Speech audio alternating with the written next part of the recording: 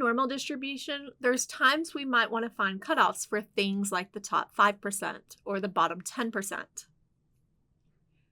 We can use technology to help us find these cutoff values. Previously, in the last video, I knew the value and we were finding the probability. The idea here is that we know the probability and we need to find the value. So we're going in the other direction.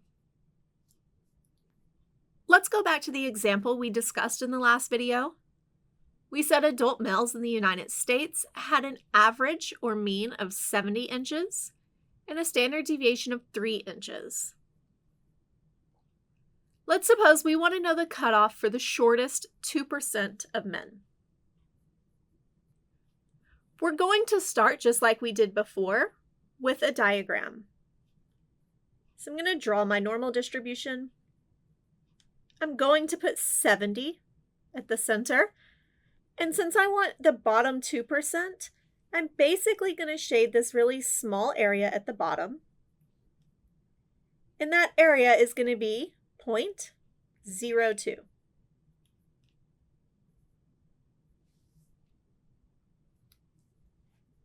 The 0.02 just comes from converting that 2% to a decimal.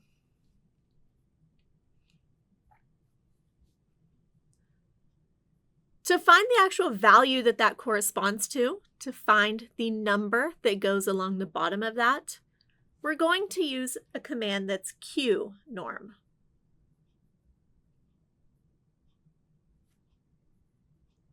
For qnorm, we start by inputting the decimal value for the shaded area, in this case 0.02. So whatever our percentage is, we need to change that to a decimal. After that, we do the mean and the standard deviation. This is going to give us our cutoff value. If we type this into RStudio, we get 63.84. This tells us that the shortest 2% of men will be shorter than 63.84 inches. Next, let's look at the cutoff value for the tallest 10% of men. I'm going to once again start by drawing my diagram. Where I draw my normal distribution, I'm going to put 70 in the center, and then I'm going to shade roughly 10% of area at the top, since this is the tallest 10% of men. That tells me this area will be 0.1. In order to use the qnorm command, I actually need to know the area to the left of the cutoff value, like I did in the last example.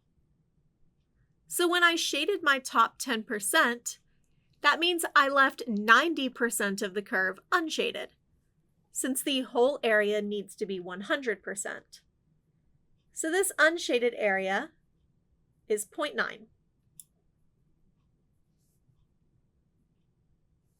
Now, with that, I can use my qnorm command, where I have my area to the left, which is 0.9, comma the mean, comma the standard deviation. When I type this into RStudio, I get the value 73.84. So this tells me that the tallest 10% of men will be taller than 73.84 inches. In summary, when we're given a percentage, we still want to start by sketching the normal curve and shading the approximate area to represent the percentage on either end, depending on if we want the top or the bottom percentage. After that, we're going to use two commands.